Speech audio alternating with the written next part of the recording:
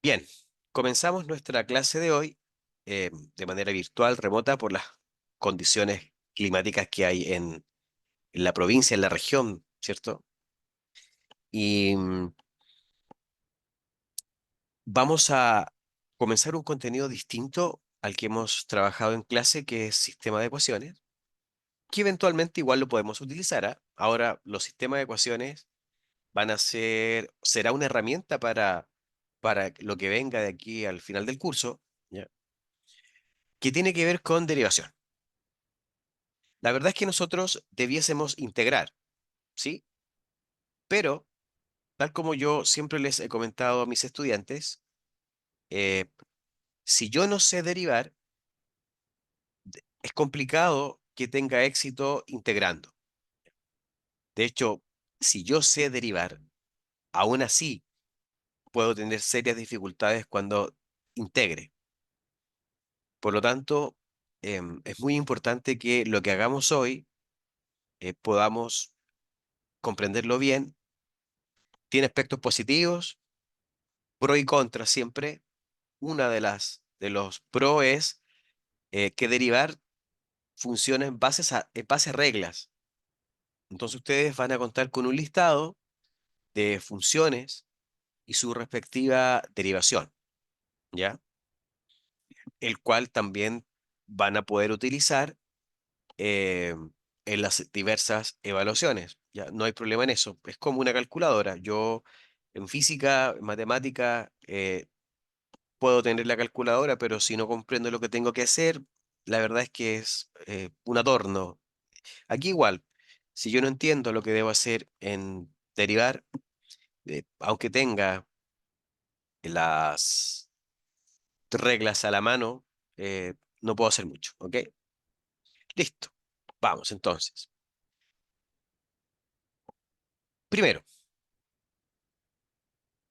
algo muy rápido. Cuando nosotros comenzamos a estudiar cálculo o una parte del cálculo, hay un contenido que es llamado límite de una función. Lo que hace el límite es estudiar el comportamiento que tiene la función específicamente en un punto del dominio. O sea, dicho de otra manera muy coloquial, es estudiar el valor que toma Y cuando X se aproxima demasiado, pero sí una aproximación muy grande a un número en particular. A mí no me interesa lo que pasa específicamente en ese número, pero me interesa lo que pasa alrededor del número. Para eso voy a hacer una breve explicación mediante la parte gráfica. ¿Y por qué hago esto antes de derivar? Porque la derivada de una función se define en términos de un límite. ¿Ya? Así que por lo menos voy a dar una idea intuitiva de qué significa calcular un límite. Observe la siguiente función.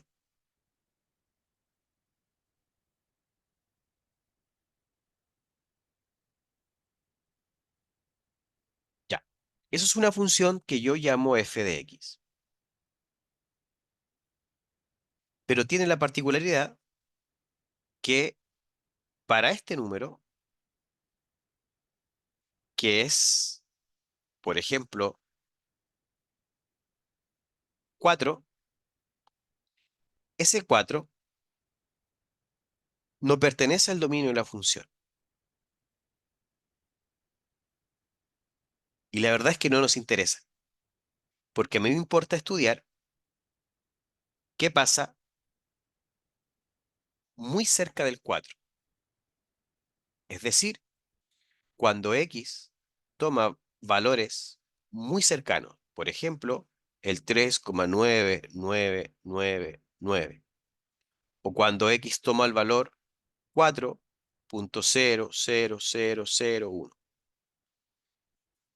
Entonces, cuando x toma esos dos valores o se acerca al 4 tanto por la izquierda como por la derecha, como es una función, a mí me da un resultado en el eje Y, ¿cierto? Entonces, a mí me importa saber qué valor toma la función. pero no en el 4, sino cercano al 4, tanto por la izquierda como por la derecha. Entonces, al observar la gráfica, podemos notar, y yo esto lo voy a hacer de manera arbitraria, que el valor de Y se acerca al 6.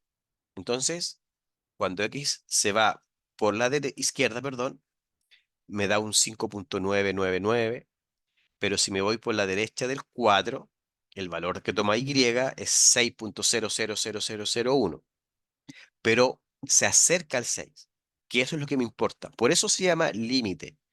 No me interesa el 4, me interesa cerca del 4. ¿Ok? Por eso estamos estudiando el límite de una función en un punto dado. Ahora, para hacer una comparación,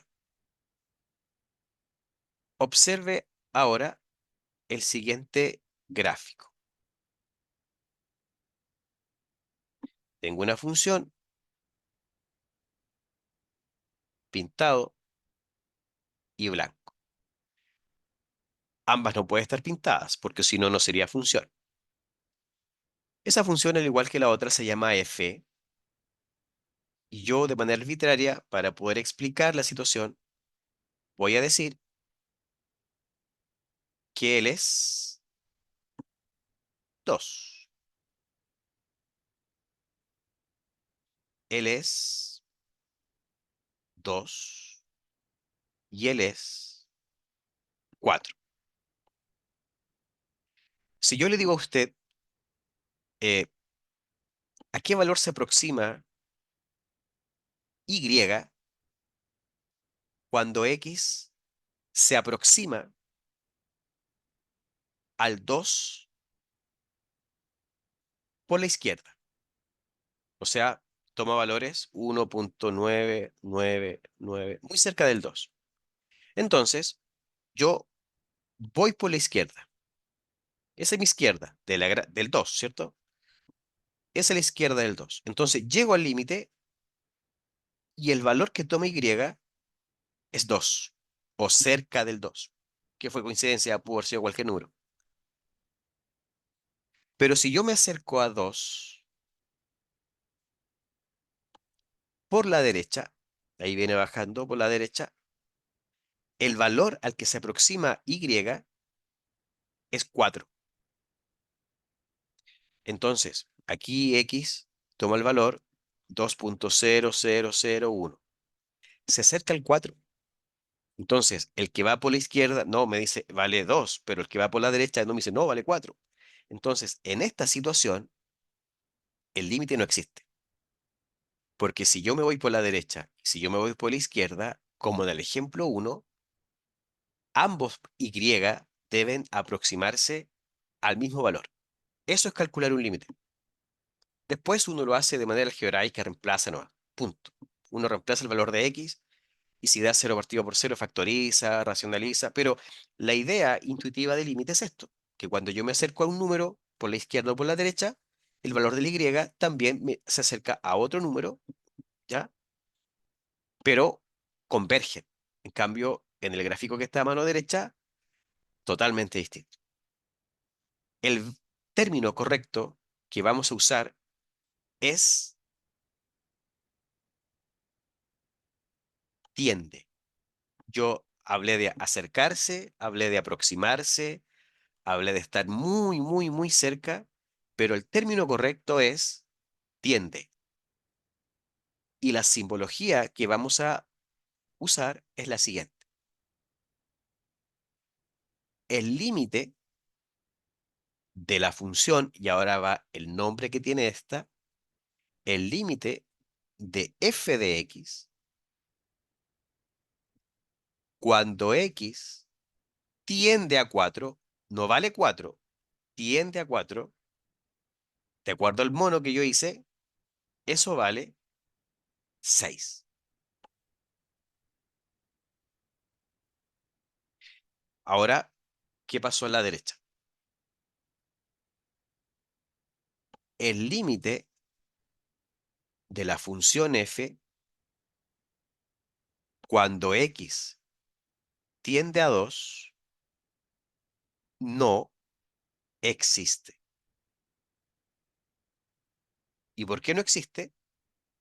Porque cuando yo me acerco por la derecha y cuando me acerco por la izquierda, me dan valores distintos. Eso se llaman límites laterales que no vamos a estudiar. ¿Ok? Hasta ahora, de lo que he dicho, ¿alguna consulta, pregunta de los 21 conectados que hay?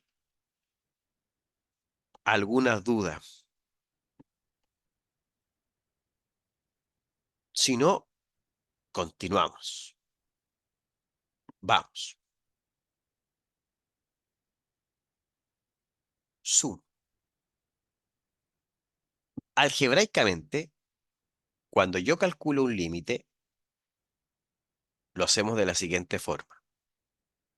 Límite de x al cuadrado menos 4 partido por ejemplo, 5. Cuando x tiende a 3, no, 6, para que no sea tan, para que no sea tan breve. ¿Listo? Por lo tanto, ¿qué hace uno? Uno reemplaza. Lisa y llanamente, este valor que toma x, lo reemplazamos en la función y nos da un número. Si ese número obviamente es un número real, ese es nuestro límite. Si yo reemplazo el 6, ¿cuánto me da? 6 al cuadrado menos 4 y todo eso es partido por 5. Usted me dice cuánto vale. ¿Cuánto es 6 al cuadrado? 36. Y si a 36 usted le quita 4, eso le da 32. Por lo tanto, el límite de la función es 32 quintos, que es el 6 que vimos en el primer ejemplo. ¿Ya? Ahora, ¿cuál es el pero? El pero que nosotros podemos tener límites, que feo quedó, límites como el siguiente. Límite cuando de x al cuadrado menos 4 partido por x menos 2 cuando x tiende a 2, cuando se acerca, pero de una manera muy cercana a 2. Reemplacemos. Si reemplazo el 2, tengo 2 al cuadrado, 4, y 4 menos 4, 0. Y si reemplazo abajo, 2 menos 2, 0. Entonces, ¿qué me dio? Nos da 0 partido por 0. Y eso, a ver, aquí me tienen que responder en el chat. Les doy dos opciones. Es indefinido o indeterminado. ¿Qué creen ustedes que es? 0 partido por 0. ¿Indefinido o indeterminado? Aquí tengo una respuesta. Me dijeron A. Hay 2-1 indeterminado va ganando. Ya. Esto es, y algunos estudiantes hacen esto, ¿ah? Se pasaron. Porque ahí yo no veo si es indefinido o indeterminado. Es indeterminado.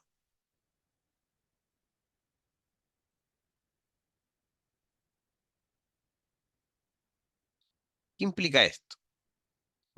Que ese límite puede que exista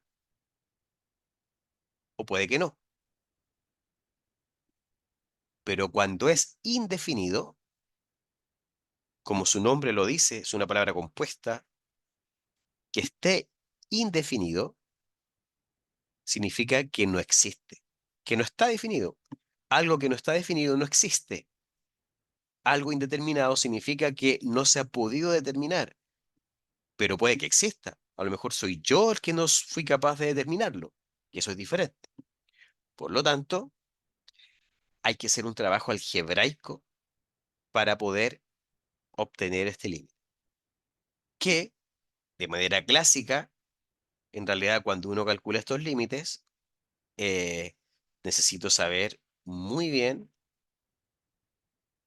factorizar. En el numerador tenemos una diferencia de cuadrados, porque el 4 es 2 al cuadrado. Por lo tanto, perfectamente yo puedo decir como suma por diferencia x más 2 factor de x menos 2. Y eso partido por x menos 2. Y ahora yo puedo, por ejemplo, simplificar ese factor y ese denominador. ¿Y qué es lo que me quedó? Me queda x más 2. Y tal como lo hice en el ejemplo 1, reemplazo. 2 más 2, 4. Es decir, el límite de esa función, cuando x tiende a 2, vale 4. Eso es calcular un límite. ¿Ok? Entonces, si a mí me da 0/0, tengo que hacer un trabajo algebraico factorizando, racionalizando, amplificando, aplicando propiedades y después averiguar si existe o no. Distinto sería si me da, por ejemplo, eso, que a veces uno se confunde. Si me da 0 partido por 4, eso es 0. El 0 puede ser el numerador. Lo que no puede ser es el denominador. Y ahí estamos en conflicto, porque ese límite no va a existir. ¿Ya? Ok, pero vayamos ahora acercándonos a lo que vinimos, que es derivación. Muy bien. Dice así, vamos con la definición de derivadas. Sea f de x una función continua. Una función continua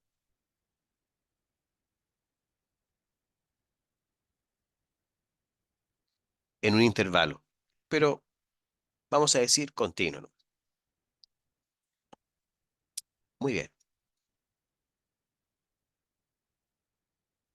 La derivada,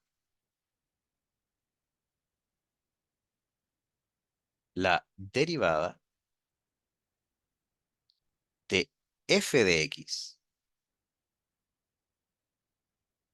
se denota y define de la siguiente manera.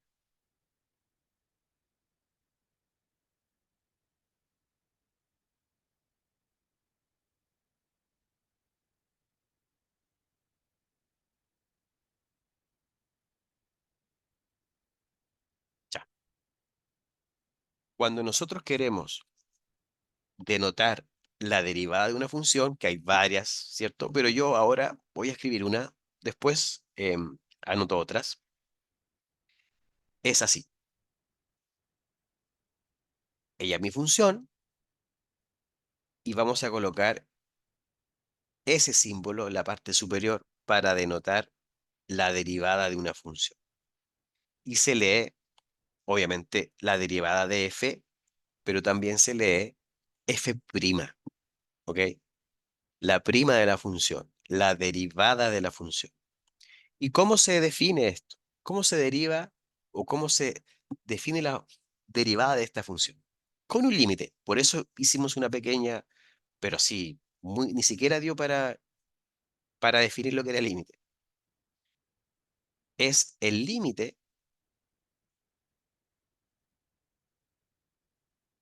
de la función evaluada en x más h menos la función al cual le estamos calculando la prima sobre h. Y h tiende a cero, lo que es un problema, ¿cierto? Porque ya al reemplazar el h nos dará cero en el denominador. Muy bien. Ahora, hagamos dos ejemplos y después nos lanzamos con las fórmulas, ¿ya? Solamente estoy introduciendo esto para que usted vea que todas las fórmulas que vamos a usar vienen de esta definición. Ok, vamos a calcular como primer ejemplo la derivada de la función x al cuadrado. Ok, dicho eso, si aplicamos la definición, la prima de x al cuadrado es límite cuando h tiende a cero de la función evaluada en x más h. ¿Y quién es la función? La variable al cuadrado. Entonces ahora mi variable va a ser x más h. Y eso está al cuadrado, ¿cierto? Si fuera seno de x más h. Si fuera la raíz de x, la raíz de x más h. Y le vamos a restar la función, que es x al cuadrado, partido por h. Pero si nosotros reemplazamos, nos da cero. Y arriba nos da cero. Por lo tanto, es indeterminado. Así que ahora, a diferencia del ejemplo anterior, yo no puedo factorizar, ¿sí? O sea, podría, pero lo que voy a hacer a continuación es desarrollar el cuadrado de binomio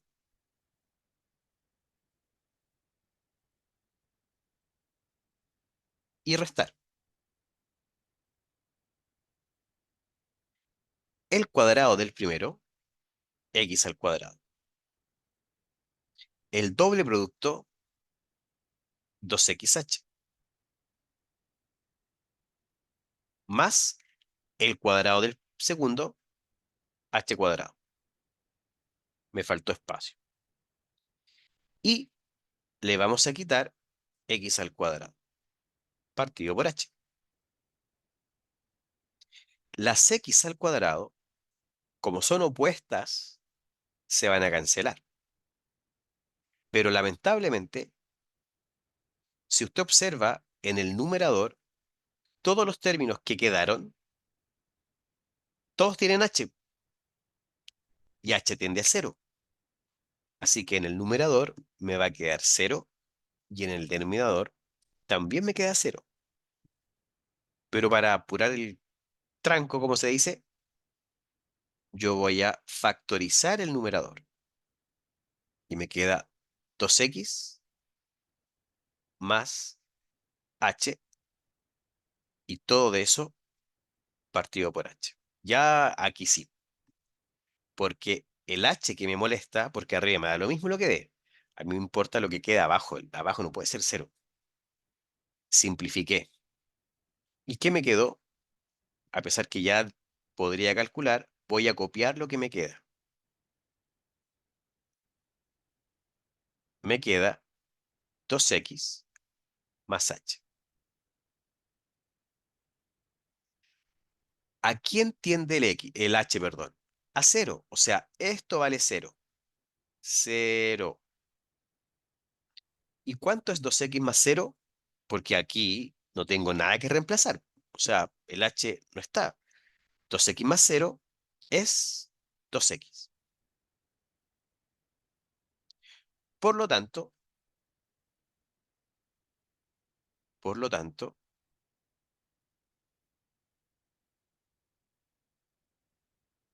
si yo tengo la función x al cuadrado, eso significa que la prima nos dio como resultado 2x. Eso. ¿Alguna pregunta, consulta de lo que hicimos recién? Voy a hacer otro, como dije, y de ahí la conclusión para poder hacer las famosas reglas de derivación.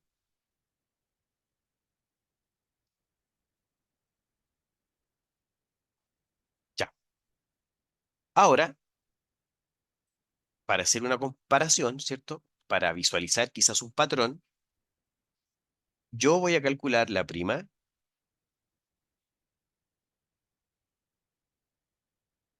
de x al cubo.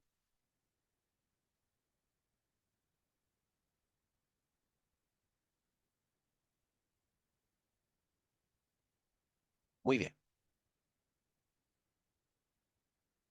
Dicho eso, vamos por la definición.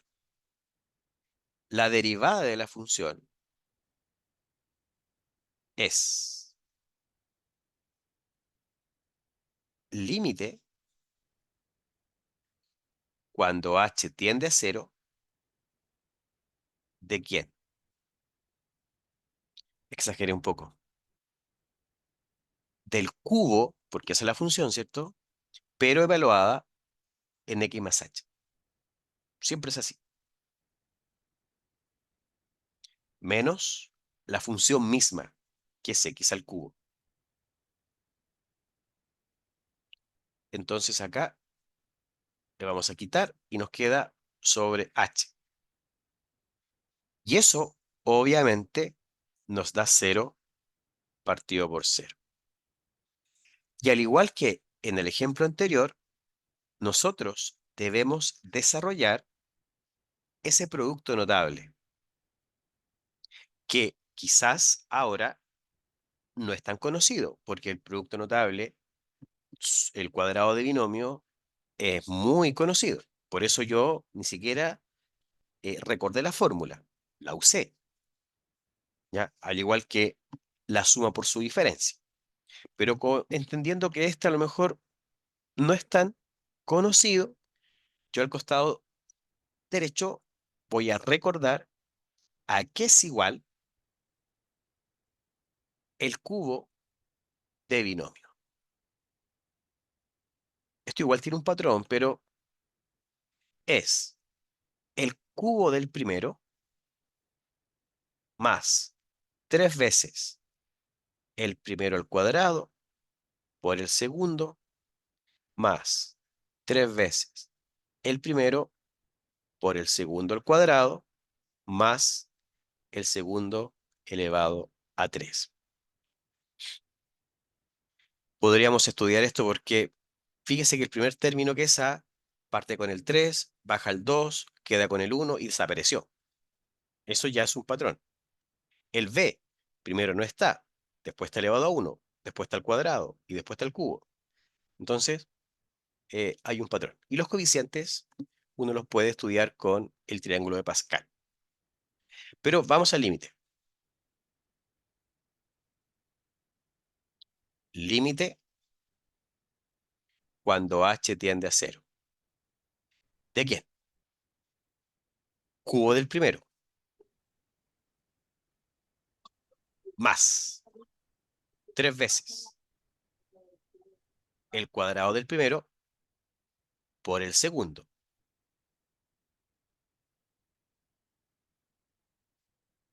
Ok.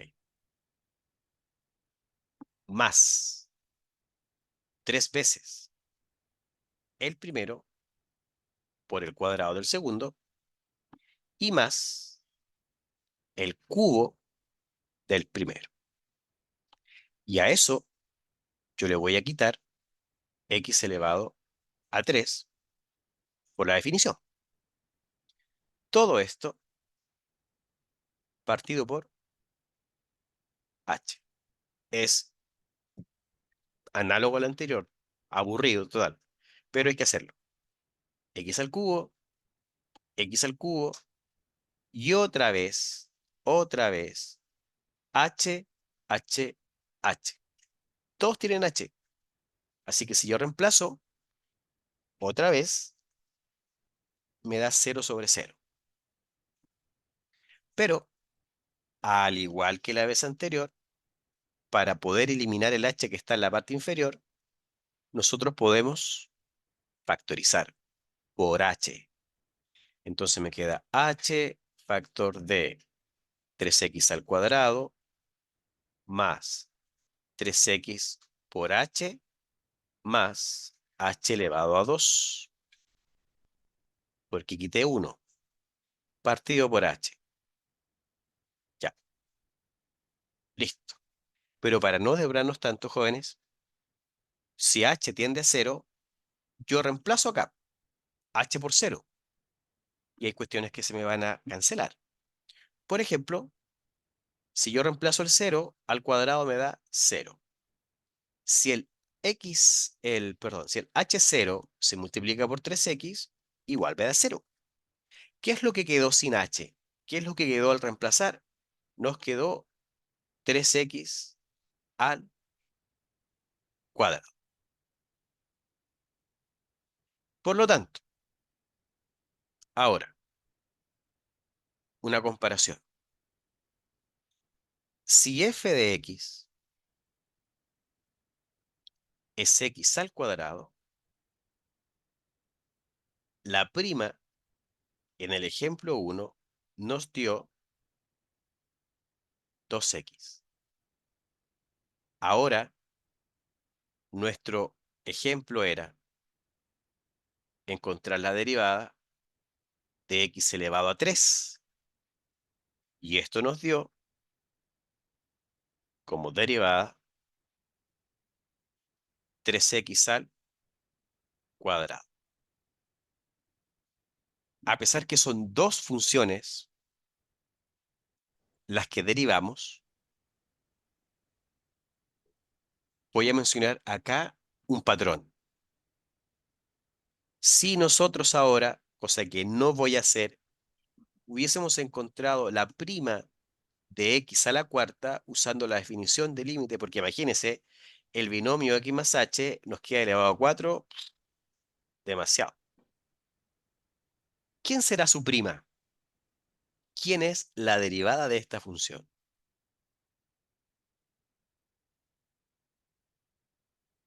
Excelente, muy bien. La prima es 4 por x elevado a 3. ¿Por qué? El exponente de la función original pasó a ser en la prima un factor. Entonces, si ahora el exponente es 4, pasa a multiplicar 4. Ahora, primer ejemplo, el exponente es 2 y la prima nos quedó con exponente 1, o sea, 1 menos. En el ejemplo 2, el exponente original es 3. ¿Y qué pasó con la prima? 1 menos. Por eso, si yo ahora digo, bueno, si el exponente es 4, primero el 4 multiplica y ¿quién quedó como exponente? 1 menos. 4x elevado a 3, que era correcta la respuesta que el compañero dio en el chat. Entonces ahora nosotros podemos afirmar nuestra primera regla de derivación. Y de ahora en adelante, ninguna, a menos que ustedes lo quieran, ninguna regla de derivación la vamos a obtener o ninguna prima la vamos a obtener mediante el límite, sino que simplemente mediante las reglas que yo les voy a mencionar, que vienen mediante la definición que yo apliqué para dos ejemplos en particular. Pero bueno, como dije recién, en general, en general. Si nosotros tenemos una función cuya forma es una potencia,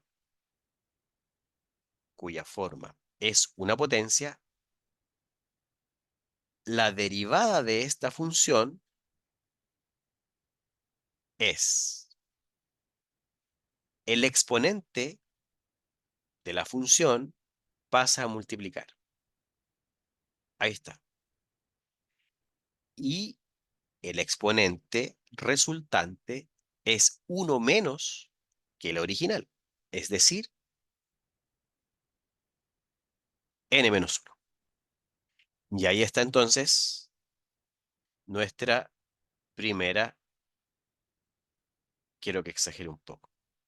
Aquí está nuestra primera regla de derivación.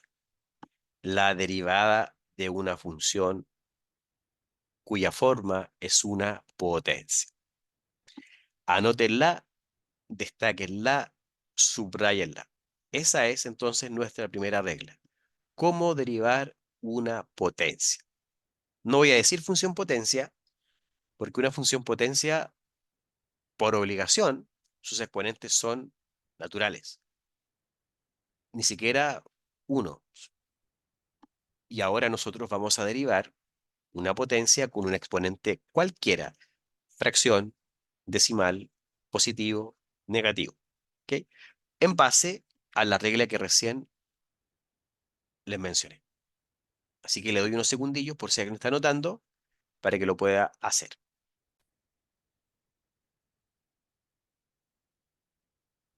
Vamos a hacer algunos ejemplos. Usted tiene a la mano, obviamente, ahí visualizando la regla. Entonces ahora yo les voy a solicitar que encontremos las derivadas hasta las 19:30 porque ahí hacemos un break que nos quedan 12 minutos. Tenemos f de x igual a x elevado a 7. B, f de x es igual a x elevado a menos 3. C, el tercero, x elevado a 4/3. ¿Ok? Les planteo esos y usted, en base a la regla que recién les entregué, van a encontrar la derivada de la función f. En base a la complejidad que tienen los ejercicios, les daré 2 minutos para que pueda encontrar la derivada de la respectiva función. Muy bien, entonces ahora vamos a encontrar las derivadas de las siguientes funciones y usted va a comparar lo que hizo. Si f de x es x a la séptima, la derivada de la función es, como es una potencia, nos queda 7 por x elevado a 6. Entonces, el exponente original pasa a ser un factor y el exponente que queda es una unidad menos que la función original, ¿cierto? Ya. Ahora, ¿qué pasa con el segundo? ¿Quién es la prima? Entonces, la derivada es el exponente original pasa a multiplicar y me queda menos 3 por x. Y si a menos 3 usted le resta 1, ¿cuánto queda en exponente? Alguien que pueda responder, ¿cuánto queda el exponente si le quita 1? -4. Exactamente. Vamos a ver el chat. Queda menos 4. Muy bien, menos 4. Eso significa que nuestra función prima es igual a por potencia menos 3 x a la cuarta. Recuerde, si nosotros tenemos una potencia cuyo exponente es negativo, nosotros, para que quede positivo, lo cambiamos de posición. Generalmente uno tiene el exponente negativo arriba y lo deja abajo, pero ojo, perfectamente el exponente negativo puede estar abajo y yo subo la potencia y pasa a ser más.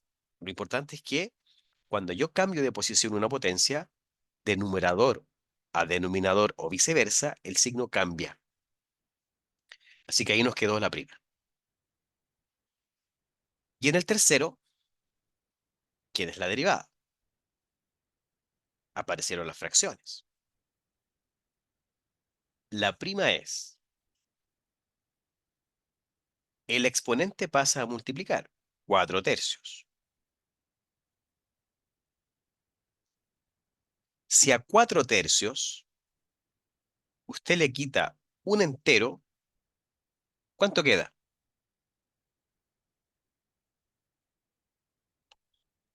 Un tercio. Vamos a mirar el chat. Un tercio, excelente, un tercio. Y listo. Ahí encontramos las derivadas. Ahora, ¿Puede quedar en raíz a la cúbica? ahora el ejercicio B y C tenían una intención, que son los ejercicios D y E. Por lo menos vamos a hacer uno. ¿Por qué? Porque cuando nosotros tenemos x elevado a un tercio, eso puede ser la raíz cúbica de x, que es la observación que hizo el compañero. Porque la prima que yo les voy a pedir ahora es una observación en general, ¿ok? Si tengo a elevado a m partido por n, o sea, si tengo una potencia de base fraccionaria, siempre se puede transformar a una raíz, donde el denominador n, que en el caso rojo fue 3, es el índice. Así que me queda el índice n de a elevado a m. Quedó bien fea la raíz, pero no importa. Ya, y para que tengan el break que viene ahora, les voy a pedir la d, que corresponde a encontrar la derivada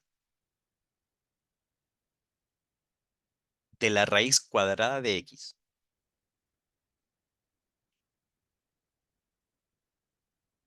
Y la única regla que yo les di, ¿cuál fue? Potencia. Por lo tanto, estamos obligados a transformar esa raíz a potencia y una vez que usted la haya transformado, recién ahí hay que derivar. Le doy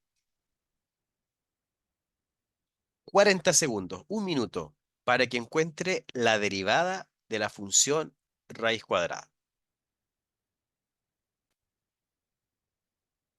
Ya, revisamos. Como tengo el único recurso de la derivada de una potencia, la raíz cuadrada, en primer lugar, la vamos a expresar como tal, es decir, x elevado a un medio. Dicho eso, ahora me preocupo de encontrar la derivada. La derivada de la función es el un medio pasa a multiplicar, por supuesto. Si a un medio le quita un entero, ¿cuánto da? Menos un medio. Nosotros podríamos dejar el resultado de esa manera, pero yo lo voy a modificar, lo voy a arreglar, o más que arreglar, perdón, lo voy a modificar, ¿ya? De acuerdo al ejercicio B, como el exponente de la función o de la potencia es negativo, yo lo voy a dejar en el denominador para que pase a ser positivo. Ah, pero además de ser positivo, el exponente es una fracción.